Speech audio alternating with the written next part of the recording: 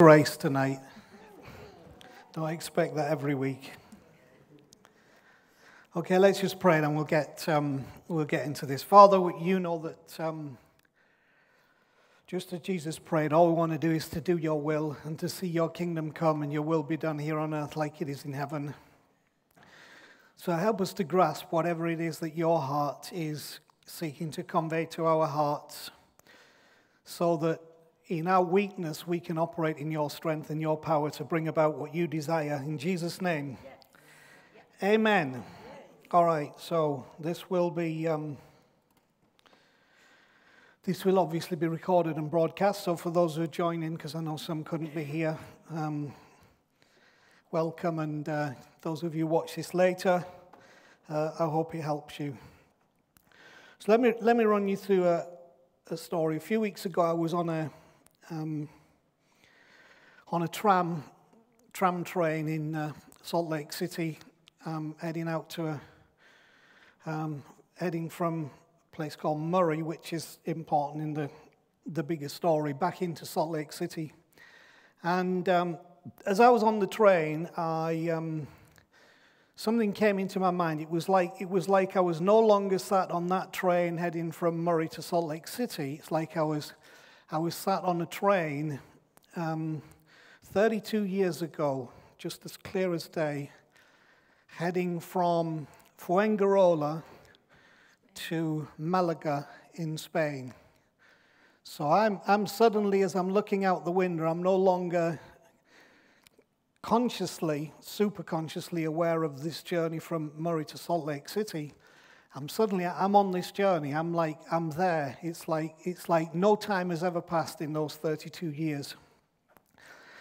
And what came into my mind was something that I had all but forgotten. I mean, I had forgotten that this happened. There was nothing to trigger this other than the fact that I'm on this train, and now I have a connection in memory and history. And that day on the train, we were headed for Malaga for a particular reason, and the reason was this.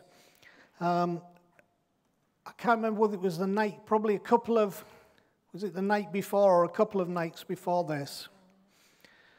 I had a very vivid dream, and in the dream I saw a dark-haired man, and he was preaching, and he was paralyzed all down the left side of his face, just like you would have if somebody had a very bad stroke.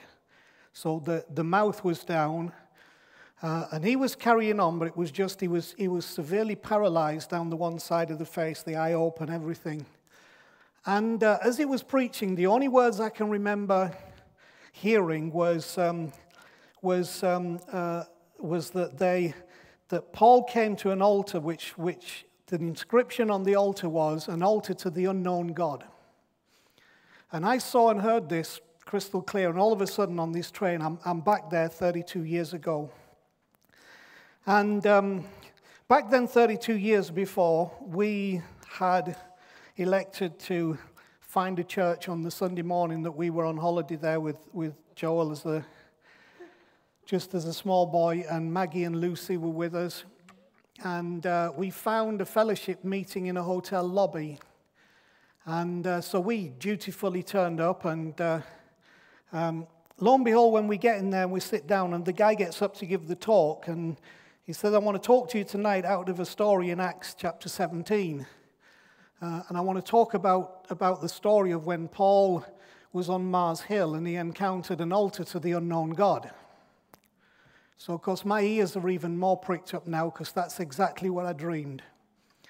So after the meeting, I went to the person who spoke and said, you know, that's interesting because I had a dream last night. In the dream last night, the guy who was preached on this very subject. And I said, it was a guy with dark hair, and he was very distinct because he was paralyzed all down the left side of his face.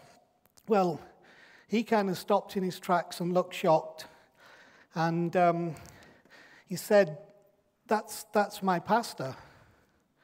That's the guy who leads our church in Malaga. His name is Dan Del Vecchio. And his wife's here, and you should share this with his wife. So I found myself this Sunday morning after the dream on the Saturday night sharing this with Dan Delvecchio's wife, and she said, look, we have a special meeting on whether it was the Monday or the Tuesday, whatever. Was it the Wednesday? So we didn't have a car, so we did our best to negotiate the train system, and we hopped on a train, and hence why suddenly my memory is being jogged in this journey to Salt Lake City, and I'm back there 32 years ago on this train to Malaga. And I remember we had to go across a big waste ground area where there were drug addicts and discarded needles, and it's not what you desire with all your heart for like an 18-month-old little boy, and of course Maggie, of course Lucy was a little girl there. But we turned up because his wife had said, oh, would you come and pray for him? Well, he was extremely underwhelmed at my presence. I at the door I said, look, I met the wife, blah, blah, blah, blah, so, let me take you through. So they took me through. I finish up in his office, and he was just totally underwhelmed, and, greets this young man that I am with the passion of I've had this dream, and it's been really accurate with where I've had loads of people pray for me and hadn't done any good. Just like that. So I said, well, do you want me to pray for you? If you want to, it's up to you. So, I really didn't know what to do, other than say, well, I'll pray for you. So I did. I prayed for him, and wonderfully, nothing happened in terms of his paralyzed face, and I'm not sure there was a lot of faith in the room anyway, if that had been a possibility. And then, having prayed for him, we went into the service, and this guy was speaking, and then she'd said, don't worry, please come pray for him, we'll look after you, everything will be fine. Afterwards, we'll get you home. Well, afterwards, she and everybody who'd said that were conspicuous by their absence. So we're now in Malaga, miles away from where we need to be. It's getting to 11 o'clock at night. And, we're just stuck. We finished up talking to somebody and said, well, pastor's wife said X, Y, and Z. Reluctantly, they finished up getting us a lift to the nearest station. So we tromp up this path to the nearest station, which is way off the road, and we get there to find that all the trains stopped 15 minutes before. So we're now stuck in the middle of we don't know where, with an 18-month-old and Maggie and Lucy, and we weren't as equipped for foreign travel then as we would be now. And of course, finished up, we wandered and finally found a taxi and managed to get ourselves back. But what I want to say to you is that dream came back to me on this train. It was like I was there. It all happened again. I've never thought about that for years. So that's where the train comes in. But in essence, the outcome of that revelation was that I could say my estimation was we were humiliated, dumped. Maybe I wasn't supposed to pray for him. But then again, maybe all this was about being trusting and brave, or nothing more than a dream. Just the willingness to actually prove a willingness to walk in a prophetic revelation, wherever that revelation took, that was not driven by reward or consequence, other than it was only driven by obedience. And so I'm on this train about 3 weeks ago, 2 weeks ago.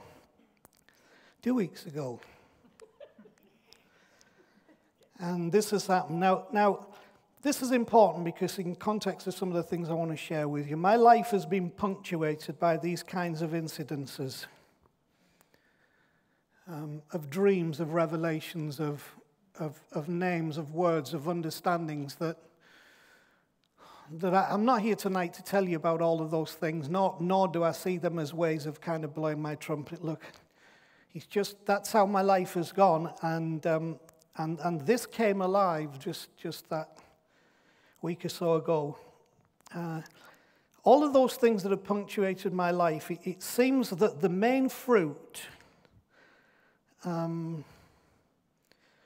always seems to be beyond and maybe because of obedience in those moments. So it's never seemed that the fruit was something that you get because, like, well, I did this and I got that, so therefore it was fine, it was okay. In fact, those incidents have tended to come with struggle because, if anything, they were a doorway to something and not a conclusion of anything. And some of you know many years ago, 86, Chris and I, after a 2-year process of the same kind of revelation, which was God spoke to us to go to a particular town in a particular state in the USA, told us exactly what we'd find in the church. And on nothing more than that, knowing nobody and being known by nobody, we took 3 suitcases and a 3-year-old and cleared off and had the amazing experience again of tremendous accuracy. But a lot of it was about our faithfulness and willingness and courage and boldness to act on what it was that we were told. Now, most of the fruit of that journey was not what happened then. It was what it did in our lives and what contributed to us, which saw its fruit afterwards in many things that God was doing with us and in other people's lives.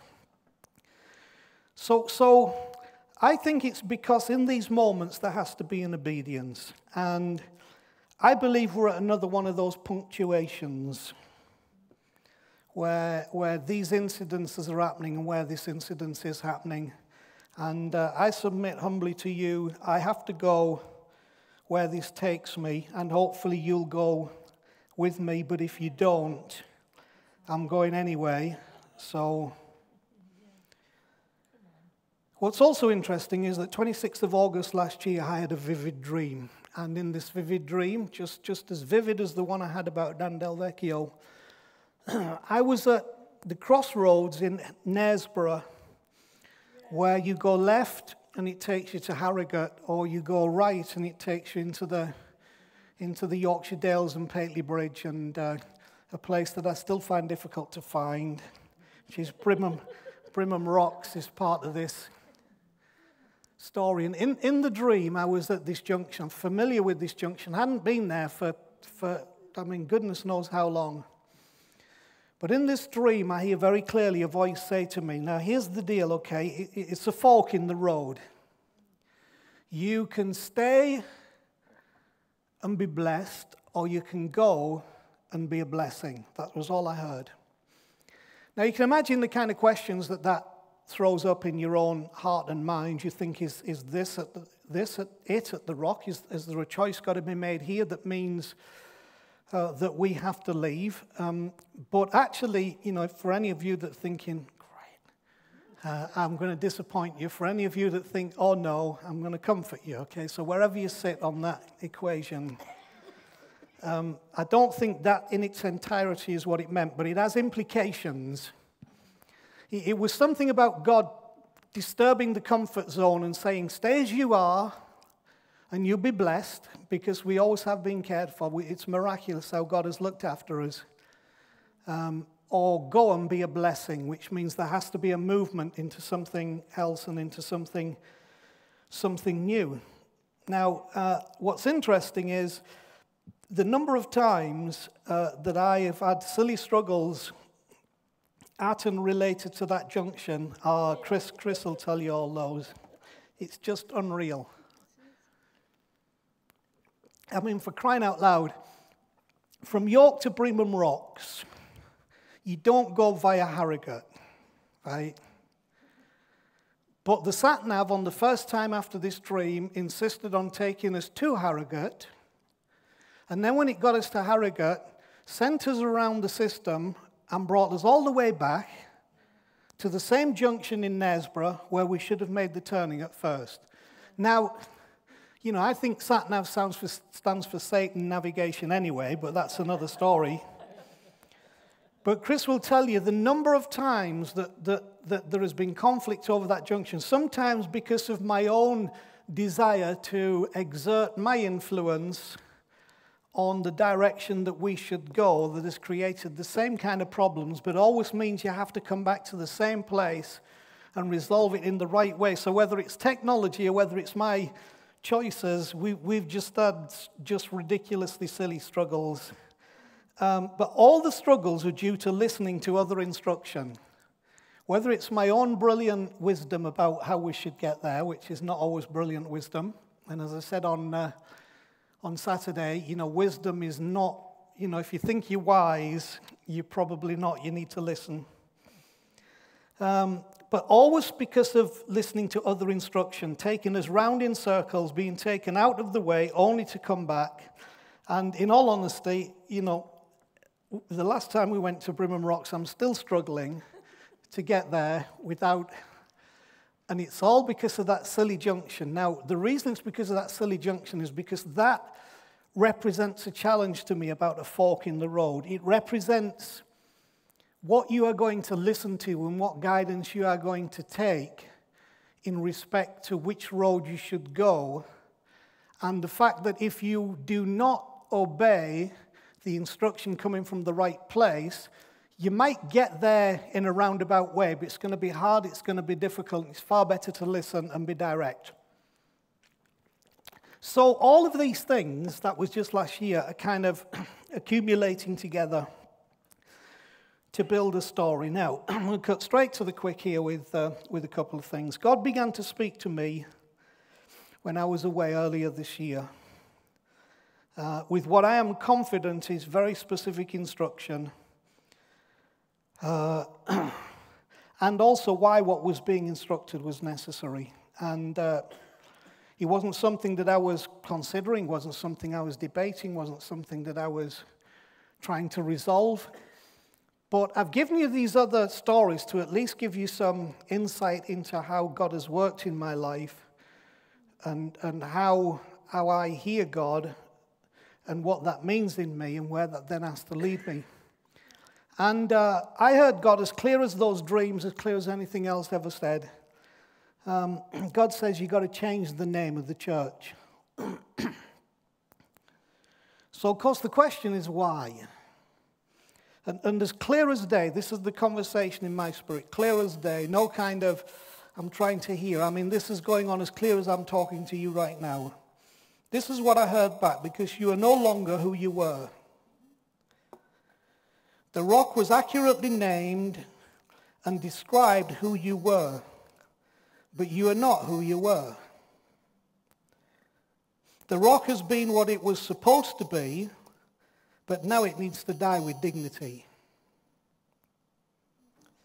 I want you to have a new name that says something about who you are and who you are becoming, not who you were and what you were.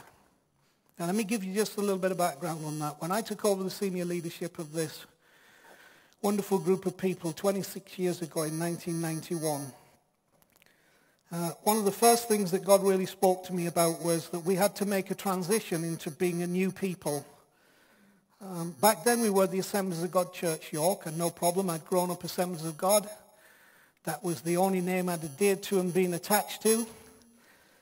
But of course, any of you that were around at that time will remember we had a real deep desire to again, it's funny, but in a different way to today, to break the chains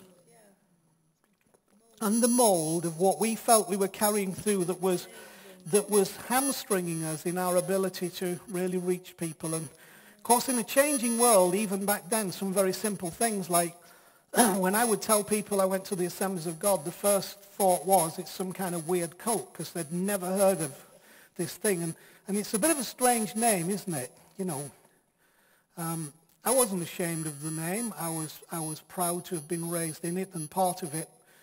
But it wasn't helping the journey. It wasn't helping the process of communication. And the job was not to defend a religious institution, but to present the cause of Christ in a way that could be accepted. And so that's when God began to speak to me about changing the name of the church. And in the same way, I didn't think we've got to change the name of the church. Let's have a committee and try and see if we can come up with some good names. As clear as day, I knew in my spirit what God was saying, that we were to call ourselves the Rock Church. And that had a twofold element to it. One was that in those days we were working towards and becoming involved in what, for those of you who were here, became our Saturday Night Rock City, where we had a rock-style stage when we first got into the lights and the stage and the, doing cover versions of music and all of it trying to reach people. And the reason we moved to Saturday night was because there were so many people on the street on Saturday night in Micklegate that our desire was to make a connection with the people that we said we wanted to reach. Because I got fed up of driving in on a Sunday morning when the streets were deserted and thinking, well, why are we doing, we're doing this for ourselves. We're not even at a time that makes us accessible for most people. So, along with many other things, and we did a lot of street work at that time, and we did Rock on Show down in the city and all kinds of things that were very relevant to who we were in our journey at that time. The rock described our style and the rock described our theology. We very much felt that we were on Christ the rock and he was the rock for people's lives, and there was a rock in the revelation that he brought. So he was who we were, and I'm very proud of who we have been and what we have accomplished through that vehicle and that modem. But unless you've had your head in the sand, or you've had your earphones in listening to Radio 1 or something, or you've been asleep when you've been sat in here, you will realize that we have made a journey that has taken us in a continued direction, but a slightly different direction, just like the fork in the road, in the context of what we've understood about grace and about the new covenant that we have in Christ. And of course I call it the domino effect. The moment you embrace the truth of new covenant, everything else, like dominoes lined up in a row, when you touch the first one, they all start falling down. And you can either resist it or fight it or pull some dominoes out and stop it, or you just let the thing run. And in terms of belief, and I'm still I am a follower of Jesus. Heart, soul, spirit, follower of Jesus. I'm a lover of the Abba of Jesus with all my heart. As much as I can say that is the case, because how many of us can really say, I do that with all my heart, but as much as possible. But in terms of how I understand the gospel, in terms of how I understand God's heart towards people, in terms of who I understand God the Father now to be, in terms of how that causes us to interpret or not interpret Scripture, all of those things have changed. And I can't go back, because to go back, you would have the biggest fraud talking to you and leading this church you could ever imagine. I mean, I would deserve all the derision that you could possibly heap on me, because I would then be a hypocrite. So I've sought with all my heart to follow this vision, even though it's been painful and it's been not without cost. And I've felt sometimes it's a bit like the Dan Del Vecchio thing. I'm in my heart and soul convinced this is where God is leading us, and there's people like, well, okay, if you say so. But the same God, it's funny how some people can accept, if you say God said some things, they can accept that easily. But if you say said other things, it's like, don't know about that. It's usually the things that we agree with, we accept easily, the others we don't. But again, you don't have to accept this, because we are not about manipulation. But I just believe God spoke to me and said that who we were, we are not anymore. And I think anybody with any sense of reason can say, we're not who we were, that rock church back then. So the kind thing to do for the city and for us and for me is to say, yeah, that's true. So what we need to do now is we need to let it die with dignity. But then there's this business. I want you to have a new name that says something about who you are and what you're becoming. There was absolutely no faltering or flipping through mental files to come up with options, like, oh, well, what would be a good name? If I were to think now, what would be a good name? What's the 10 top things? Nor is it my style to, I'm not a big believer in committees, although, we have a leadership and we have directors. But I'm not a big believer that, particularly in spiritual things, that large groups of people come up with good decisions. It's usually the opposite. And, if you want Bible illustration for that, 2 spies said, we believe God's leading us into this land called Canaan. 10 said, no, he isn't. And so the crowd believed the 10, but the 10, with all their goodness of heart, happened to be wrong, because that's not how God tends to work. And another guy called Joseph, who had a coat of many colors, he's the Technicolor Dreamcoat Joseph. His brothers tried to get rid of him when he shared what he felt was the word. They said, let's get rid of the dude. We don't agree with that. Let's get rid of him. Now, that doesn't mean that there isn't wisdom in counsel, because there is. But it seems to me that the biblical process of decision-making is by revelation, and then it's by conversation. Not by conversation producing revelation. That's where the problem comes.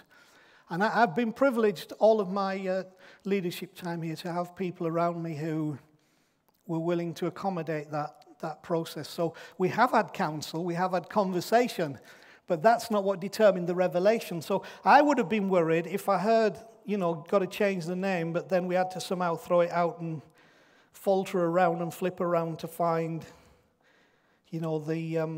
what that would be.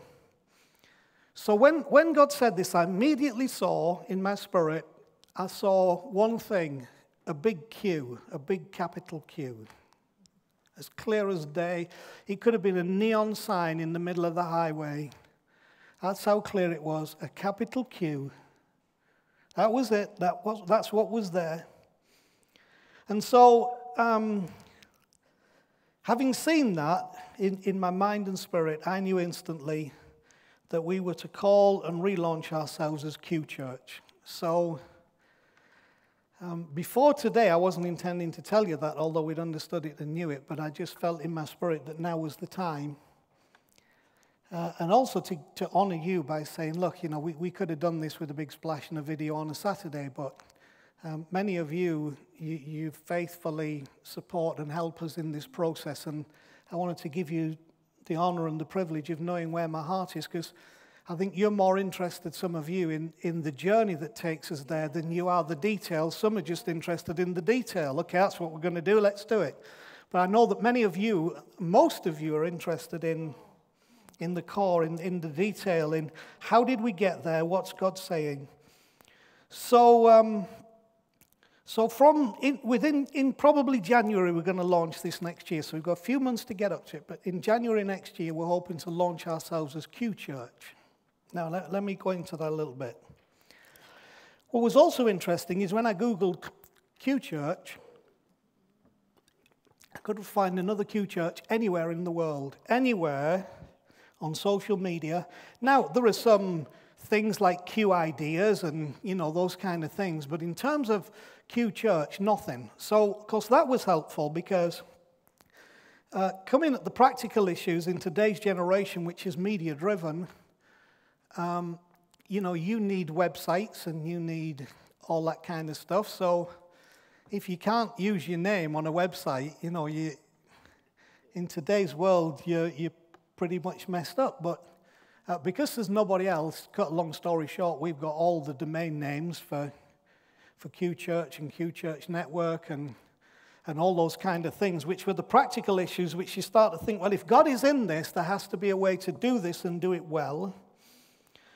So that's by the by, that's informational. But, okay, the big issue then, Q, if we're going to be Q Church, why Q Church? What does Q Church stand for?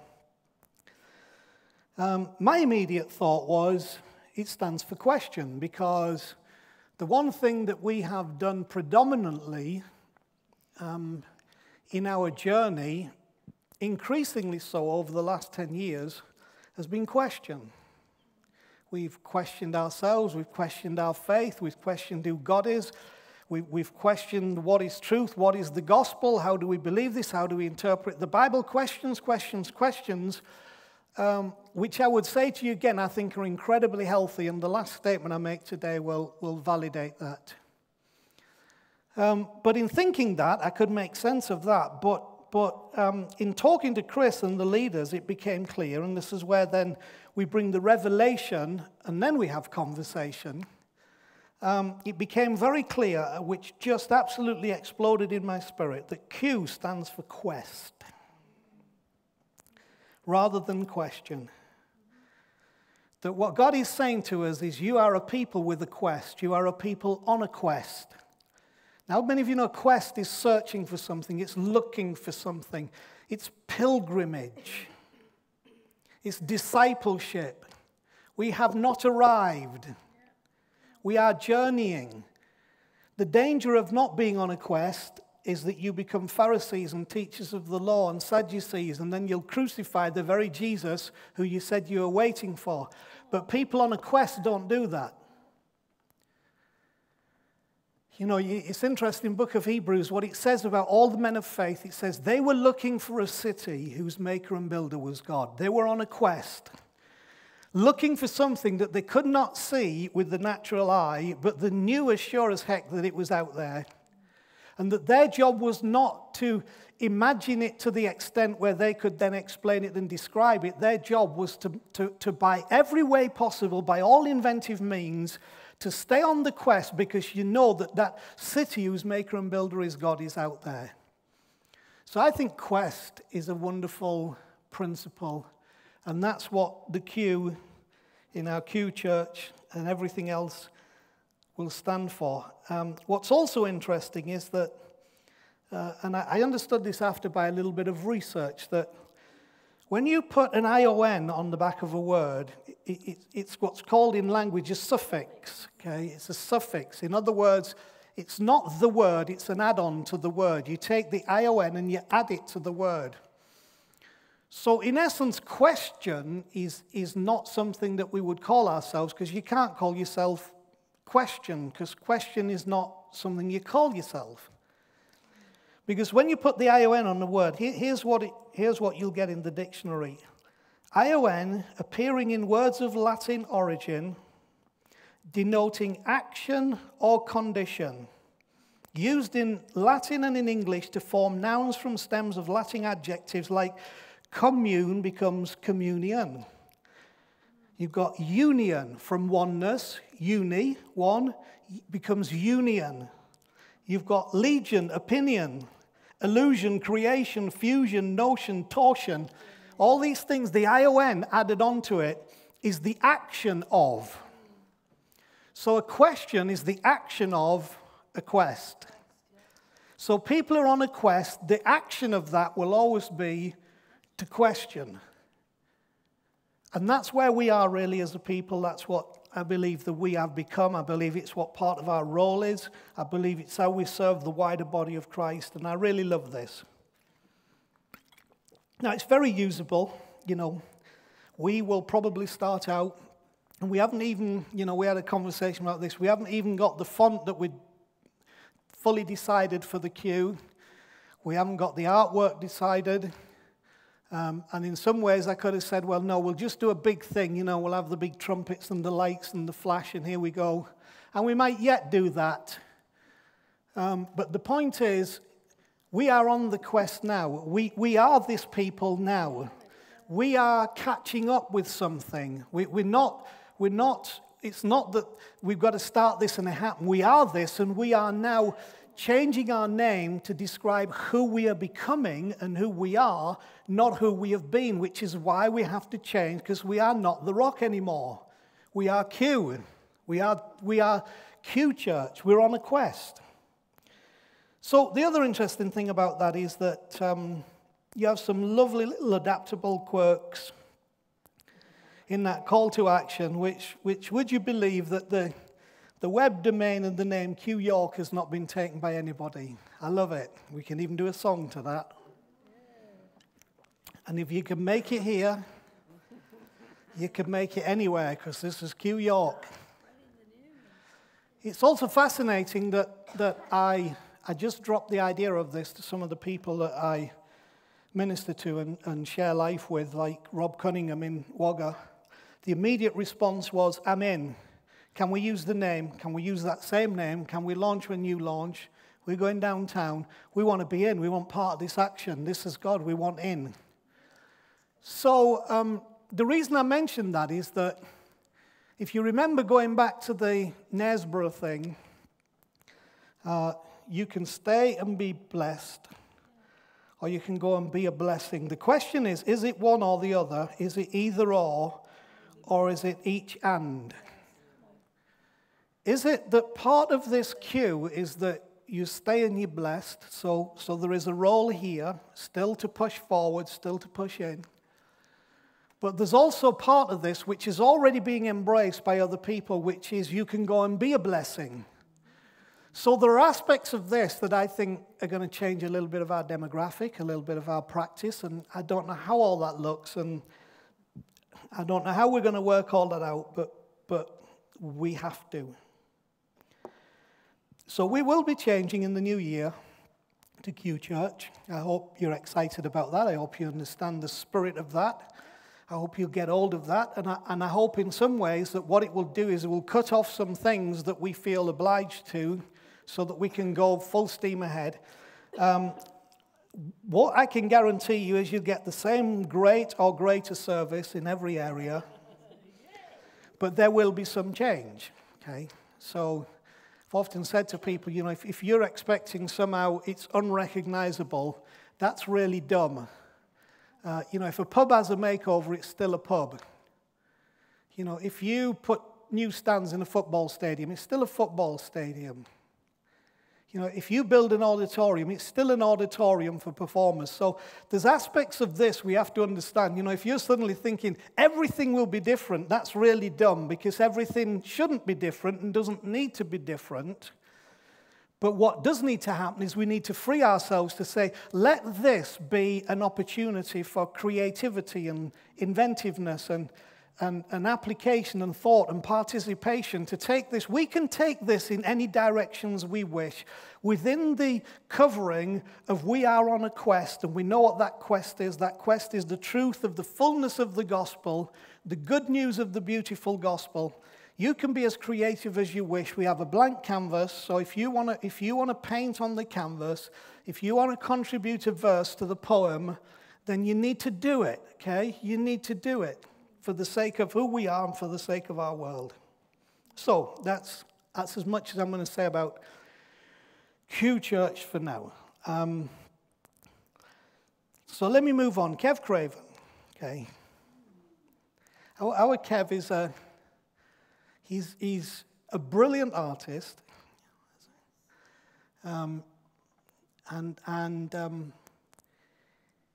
he wouldn't claim to have this, but he has a very clear prophetic edge, which interesting for Chris and I. Again, when people join people together, it's interesting because you know, it may not be something that you have, but Kev, at significant points in our lives, has just said the most remarkable things in a very simple way, but very clear, and you know, have been evidenced to be accurate in the same way that I talked about Dan Del Vecchio and the paralyzed face, or just as accurate, but just very simple. So I'm not trying to embarrass you, Kev. Love you behind the camera there. But it is right to honor, and it is right to recognize. And so I appreciate it, Kev. Chris and I are eternally grateful for your obedience, sincerely. So last August 2016, when Chris and I were about to embark on what for us was a spiritual pilgrimage, remember we did the journey back through Scottsbluff where we were. It was all arranged within a week and a half. I'm just out on the patio, sat in the sun, and I hear God speak to me and say, you've got to go on a pilgrimage. It took us around the journey of where we had been in '86 in Scottsbluff, Nebraska. We followed the Mormon Trail all the way through, went all the way through to Salt Lake City, not realizing in 1986, 31 years ago, that there was a connection between Scottsbluff and Salt Lake City. We didn't realize that where we would always spend our free time, which was up on the bluff, the mountain overlooking the town of Scottsbluff, that the only two towns that were named on there were Scottsbluff and Salt Lake City, which is Salt Lake City several hundred miles off to the west. And of course, it didn't mean anything at the time. But that was the place where trails met. It was the place where it was like the fork in the road for me in Knaresborough. It was like this was a significant place, and all of a sudden, we're now reading things through a different eye because we see there is a connection with Scottsbluff and Salt Lake City, and we felt in our hearts that Salt Lake City was part of what this house is about as well, and that, you know, if you think about the religious situation, you could potentially understand why that might be somewhere where God would want us to have a piece of the action. So, but when we did that journey, Kev brought a word, and he talked to us about how there was somebody called Carl that he felt would be significant on this journey, but it was not Carl with a C, it was Carl with a K. And, you know, we had another few bits thrown in, Beth here and one or two, and we finished up with this picture of Carl and tattoos. And then in a remarkable way, Chris was up one night Googling and looking for stuff, and she'll tell you the story, but we suddenly come across Carl, who's a tattoo artist, who had a tattoo shop called Zion Tattoo, and Zion Tattoos were on the location was on S Bluff Road. Now bear in mind, we've just come from Scottsbluff. We've had a connection between Scottsbluff and Salt Lake City. We've got Carl with a K, who's a tattoo artist, who has Zion Tattoos, which is the Mountain of God, and the shop is on S Bluff Road. I mean, you know, there just might be some connection there. The problem was then we got hold of, I managed to contact Carl on Facebook, and Carl's not in Salt Lake City anymore. He used to be down in Salt Lake City, and he'd been at some competitions in Salt Lake City, but now he wasn't. He was over near the Nevada border in a Utah town called St. George, which I also found fascinating when you think that St. George is the patron saint of England, and we're English in Salt Lake City with Carl with a K, who's got Zion Tattoos, and he is a tattoo artist, like it said, and he's on S Bluff Road, and all of these things were just crazy. Anyway, you know, I'm wary of randomers. You know, random people who suddenly contact you, especially when they start saying crazy things like, this might sound strange, but, which is how I started with him. This might sound strange, but, you know, we feel we're on a bit of a pilgrimage, and I laid it out. He got back to me within seconds and said, no, this is great, it's wonderful. He said, I'm a believer. I'm part of the... what's the thing of Christian tattoo artists? Yeah, the Alliance of Christian Tattoo Artists. And he said, but I live in St. George, Utah, but he said, you really ought to meet my pastor. So who's your pastor? So he put us on to Matt Roberts, who is the pastor of Genesis Project in Ogden, which is about 30 miles north. Now, what's interesting is Matt's journey had been one where he'd been in prison, he found Jesus in prison, not the Jesus who you find I'm born again for the parole officers to see if you can get out, but he genuinely found Jesus, and he came out, became a youth pastor, then left the church, and it intrigued us. The reason he left the church, he said, because I couldn't find the Jesus that I met in prison. Now, what was also fascinating was he was a youth pastor in Assemblies of God churches, which I was familiar with. He said, I couldn't find the Jesus that I met in prison. So here's another one, little obscure like us, a little strange, pulled out, starts questioning some things, and now he has a fantastic church in Ogden. Now, of course, we made friends with him and with one of his guys, Paul Widmark, and they have been a doorway, you know, to us being in there and some things that are developing and understanding. But the reason I'm telling you that is to tell you how what Kev shared was so accurate and took us on that journey. Now, so that was last August. 29th of September this year, which is not long ago, I was in a hotel room in Salt Lake City, having to make a pretty important decision, and suddenly along comes a WhatsApp from Mr. Kevin Craven himself. And here's what it says. I think we need to talk Baobab again. Do you remember? Well, answer, I'm a man. I'm not Chris. Do you remember? I don't remember. Well, we've talked about this before. Of course, Chris is straight away. I remember. She can, she's recalling it all like that. But I'm like, but that was the message. I think we need to talk Baobab again, right? But here's how that gets fascinating. You think, well, what's all that about? Well, we just had encounters with this tree at Disney's Animal Kingdom 2 weeks before, of which I was utterly fascinated on a safari ride in Animal Kingdom to see these weird-looking trees and intrigued as to what these trees were. To be informed, these are baobab trees, and these are, you mostly find them in Africa and blah, blah, blah, blah, blah. And Kev suddenly comes, boom, he comes up with that. And I mean, there are other aspects of that in the context of baobabs, which I'll tell you in a minute. So let me show you some pictures of baobab trees, because this is significant. This does connect to the story of Q, okay? This is not a random, I'm not off on a rabbit trail. This does connect. So let me show you 5 pictures of the baobab tree. See, it's a tree of mysteries and legends. Look how strange it is, and I'll explain why it's that strange in a minute. You put another one up, Danny. What is it that you notice about this tree? How about it looks as though the roots are on the top? Okay, let me show you another one. See, it's kind of an upside-down tree, which I'm going to explain. Okay, just show another one. I think Kev sent this one. I think it says wonderful. Have you noticed how that looks like a Q? It's a baobab tree. Is that the last one of those 5, Dan? Okay.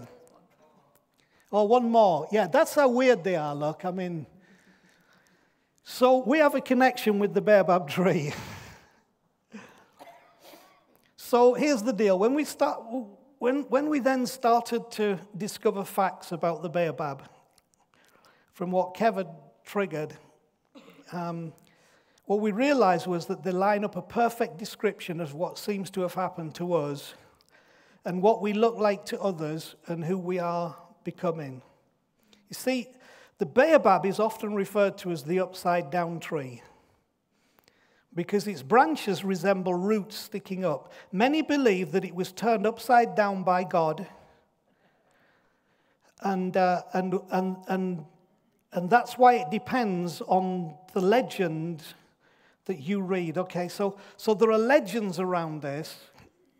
Because it was said that God took this tree and he turned it upside down, he stuck it in upside down so that its roots were visible at the top. Now, may I propose to you that the whole thing of the baobab is that God has taken this tree, he's pulled it out of its safe ground and stuck it in upside down.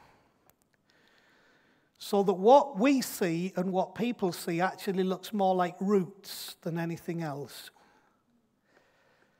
And that what our key element is in the quest that we have been on is that we're not masking anything or hiding anything. It's our roots that are the visible bit. Our roots are on the top. It's the roots that people see. It's the experiences, the challenges honestly faced, the questions honestly dealt with. The roots are there for everybody to see, to become connected to the roots, which are out on the surface, not under the surface. Nothing hidden. That's who we are. And so you can see how this begins to describe. Now, if you want to know how I have felt for 10 years, I've felt as though I've been ripped out of the ground and stuffed in upside down. That's what it's felt like. And I still feel upside down.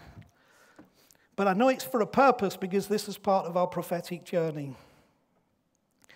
The other interesting thing is, so it's plucked up from the ground. It literally looks as though it's been pulled up from the ground and replanted or thrust back upside down. So it looks like its roots are visible and showing. Now, here's the interesting thing. It's known as the tree of life. That's what it's known as, the tree of life. Which was fascinating because the thing that caught our attention most when we were in Disney's Animal Kingdom was that in the center, what dominates it is one of these big baobab trees, and it's called the Tree of Life. And we were captured by that literally just 2 weeks before Kev came up with his prophecy, who didn't know about what it was that we were into. Now, what's also interesting is it does have fruit, and its fruit is considered a superfood. It's the latest superfood that is on. This is it. This is the superfood. It's trending. Now, here's what's interesting, because I think this also describes us, because we're a bit strange in terms of common narrative and conventional view. The flowers of the baobab bloom at night, not during the day. It blooms at night. These big 5-petaled flowers bloom at night, and they're pollinated by bats. Now, I mean, how much more weird can you get than this? But in that surreal process of flowering and pollinating, that on the outward you would say, that's just wrong, we have what is believed now to be one of the greatest superfoods that have ever been discovered or invented, with 6 times the amount of vitamin C, 6 times the amount of antioxidants of blueberries. I mean, just fascinating when you begin to read it. It's also interesting that the baobab name is derived from Arabic, and it means the father of many seeds. Hence the reason I said to you, it's not an either-or, stay and be blessed, or go and be a blessing. It's about being a baobab, which is the father of many seeds. It's not just about a focus of us here, it's about our seeding, being a father of many seeds, that what we have discovered, what God is doing in our lives, that becomes the seeds for others to grow. In Cameroon, it's known as the symbol of strength, power, grace, and presence. I'll settle for that. But I read this as well. Let me just read you what I pulled in. The tree functions like a large giant succulent with a huge trunk that can store up to 120,000 liters of water, depending on the size. Generally, a trunk consists of 80% water, making it very suitable to survive a very long dry season. And I think we have been doing that. The trunk of the baobab tree does not have rings like other trees have. So again, it's completely different. You know, all the rules that you want to apply don't apply here. But it's a real tree, and it has real fruit, and it's a real blessing, and it really functions, but it doesn't look like anything else or work like anything else. It doesn't have rings like other trees, so it's nearly impossible to define the age. We'll go with that. One can say that the trees can grow very old, with an estimation of 1,000 to 3,000 years for the age of the tree. Now, that means this thing, although it looks weird, has tremendous longevity. This goes from generation to generation. It's not a flash in the pan. It's not a star in the night. It's not just, oh, this came up within the culture and it was wonderful. This is generational. This goes from generation to generation. And it has all that water in it so that it can survive and give water to others. Everything about it is different, upside down, yet everything about it is life-giving. I believe that's the essence of Kev's prophecy when he says, we need to think about the baobab. Why? Because everything about it is different, upside down, yet everything about it is life-giving. And Kev didn't know a single thing, A, about what we were doing in the context of changing the name of the church, and B, didn't know the other things that connect to that in the context of our explorations and some of the things that particularly were happening in Salt Lake at that time that needed decisions. So I'm tying this to the events that I described at the beginning of this talk. The very first legend that I read about this tree, because there's a lot of legends about how it finished up, how it was. I can't even find this legend, but it was the first one I read. So I think that might have been God directing me, because I could not find this. But the first thing that I read was this. The first legend I read was that God wanted the baobab to move and it refused. So God pulled it up and stuck it in the ground upside down. And I'm thinking, is that God kind of saying in a very clear way, the baobab refused to move. So you need to learn from the baobab, don't refuse to move. Be willing. So I believe that in all of this there is a pressure towards movement and change, which is what we're trying to respond to. So one last picture. I'm in Salt Lake City. I'm in a hotel in Murray, which is part of Greater Salt Lake City, but it's like little townships like Acomb and things get swallowed into York. When I say little, you know, it's 11 miles from downtown, but of course that's America. So, I'm here and I'm on the 6th floor with windows looking towards the city, and it's the middle of the night and I can't sleep. I'm looking out the window and I can see two things dominating the night. One is the Utah State Capitol, that's Capitol with an O, which is their name for the government building, the state government building. It's called the Capitol. I can see that 11 miles away, top of Capitol Hill in downtown Salt Lake. Then the only thing that I can see lit up, the other distinguishing landmark in the darkness, is a tower with a blue light on the top. And I'm intrigued by this. I mean, it's niggling me. Why can I see these two things? So 4 o'clock in the morning, I can't sleep. So I'm up and it's like, I'm in the car. I've got to settle this. So I drive down what is State Street that runs all the way down to what I can see. And I find that this other landmark that I can see is called Artesian Springs Tower. Now, I knew it was called that because in big neon letters lit up on it, it says Artesian Springs Tower, which is very helpful because if you're looking for something, you want to find out what it is. If it's got its name on, very helpful. So I've passed this thing before, but not even noticed it. But of course, here in the night, this is dominating the night scene. Now, there's a bigger story connected to that, which I'll talk to you about some other time.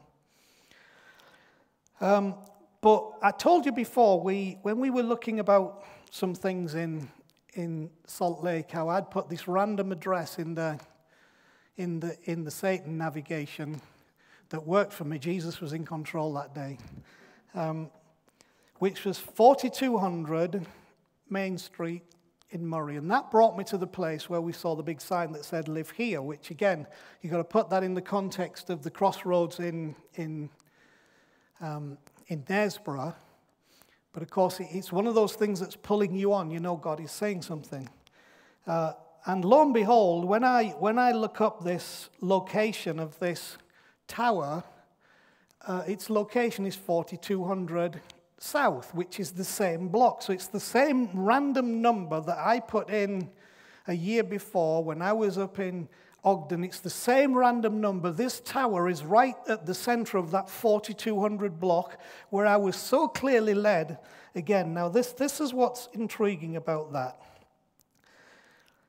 Because this thing caught my attention so vividly because it's another description of our purpose and calling, which when added to the things we've said about the baobab, form what I believe to be God's push to say goodbye and thank you to the rock and hello to Q.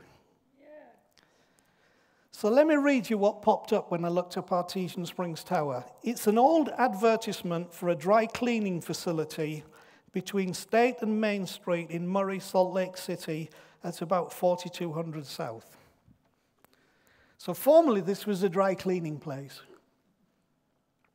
where you take your dirty laundry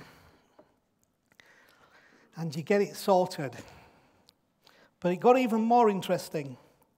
The company responsible for this project has spent hundreds of thousands of dollars preparing the site environmentally. Listen to this. The old dry cleaning plant left behind toxic chemicals that had to be removed from the soil. What has been for many years a neglected, polluted 200-acre site is about to get a $51 million makeover. Now, I don't think we're going to throw $51 million at a project. But I do know that the essence and the root of our journey is about dealing with toxic chemicals that have left behind in the soil by how that soil has previously been used. And believe me, there is enough toxic chemical left behind by religious processes to keep us busy for the next 50 years in getting them out of the soil and bringing life to a new site so it gets a makeover. And I think in the terms of Salt Lake City, there's a lot of toxic religion that's right there. But you see, everything that's pointing is saying, you got to go for this, you got to do this, you got to understand this as part of the whole thing of the role that we are in, that we're trying to deal with the toxic chemicals, and we're trying to be who we're supposed to be, like an artesian springs tower. So finally, I've said enough. Let me show you an ancient African proverb describing the baobab. And I didn't know this on Saturday.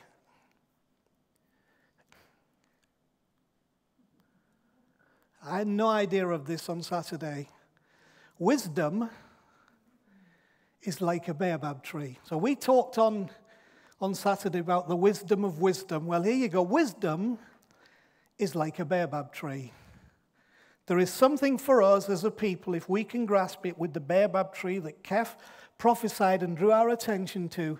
There is a wisdom in this baobab tree, but here's the deal. No one individual can embrace it. The baobab grows so wide that if that is wisdom, no one individual can embrace it. You can't have a fixed position in your personal understanding and belief and expect to embrace the wisdom that comes from what God is showing us, okay? No one individual can embrace this. That's been part of our journey. That's been part of the dismantling of some of the things that I think have damaged us more than helped us. And if we can understand what God is saying to us through this process, and we can link our hands together, we can embrace the wisdom that is being given to us so that we can be the tree of life. Totally. So, last thing, as far as the spirit of Q Church goes, get this statement. I'd rather have questions that can't be answered than answers that can't be questioned. That's the spirit of Q. I would rather have questions that can't be answered than answers that can't be questioned. That is the spirit of Q, Q Church Network, Q York, all the Qs that you can, and we English people know how to do a good Q, so I know that we're already pre-programmed and equipped. Nobody can Q like the British. But we're going to Q in a different way. And in doing that, it's got to be that way of obedience. All of this linking together. It's not the thoughts or the processes of a few minutes of reading or research or investigation or prayer. This is part of a lifetime of journeying. It's part of decades, not moments, not months, not years. This is part of decades. And just like Abraham felt that he had to go and pitch his tent in a land that was not yet his, we are pitching our tent in land and space that may not yet be ours, but we're doing it because we believe. So, there you go. Awesome. I hope. Awesome. I hope that your heart will connect with it. I hope you can go with us. We will seek to unfold detail on this as we go along over the next few months. and then we're hoping by the middle of January that we will be able to launch, and that will be it. That will be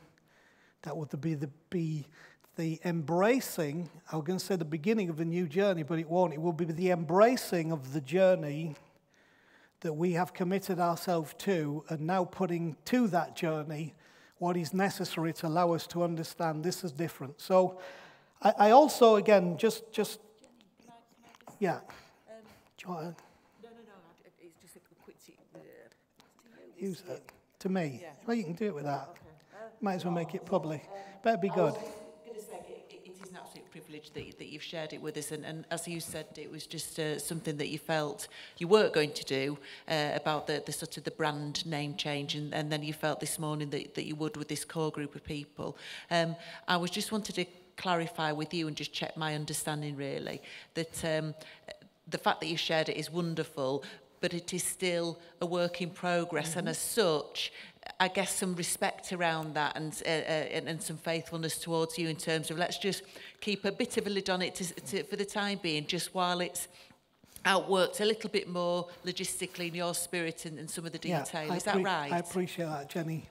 Yeah, that is absolutely true. What I felt to do tonight, which is why, I had to quickly shoot around the leaders and the directors to say, look, it's very short notice, guys, but this is what I'd like to do. I just felt that I wanted to have you guys on board with where we are now, so that you felt you're part of this process. But like Jenny says, it is a work in process.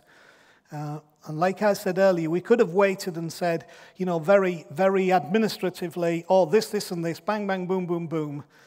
But one thing this is not, it's not a administrative decision to try and do something different. This is a genuine attempt to embrace a spiritual journey that we believe that we are on. So, if you'd have asked Abraham when he's set foot into the land of Canaan, what's all this about, what does it look like? He couldn't tell you. He could just tell you what he knew at the time. And all I can tell you is what I know at the time, and this much I know, okay? So in essence, to some degree, apart from some detail and some other wonderful prophetic things that we would share with you, but they're not for tonight, you pretty much know as much as we know, okay? But I also understand that the expectation is not on you to clarify this. The expectation is on me and others in leadership to clarify what we believe now the steps are that put that together and lead us forward. My hope is that you'll just embrace this and we can go do this together. And we can, we can make the difference that we know that we can be to others, understanding that that's what we are. We're an upside-down tree, right? We flower at night. We're pollinated by bats. But we're a tree of life. We're a tree of life. And there's wisdom. There's wisdom in this revelation, but not any single one of us can do it independently. Yeah? So I'm not going to put it out for questions, because then you'll be asking questions about things that I probably can't answer, because that's where we are in the journey. All I want you to do is rejoice. Let it sit in your spirit. If you want to talk to me, Chris, Jenny, any of the guys personally at any time and say, I've been thinking, I've had a question, do you think you can answer this? Please feel free to do so. We're more than happy to engage, because this is a wonderful journey. And very often, conversation helps to clarify things that sometimes we kind of think in here. And somebody asks a question, you have a conversation, and then you suddenly think, I know what it is that I knew, but I didn't know how to explain it, but now I know.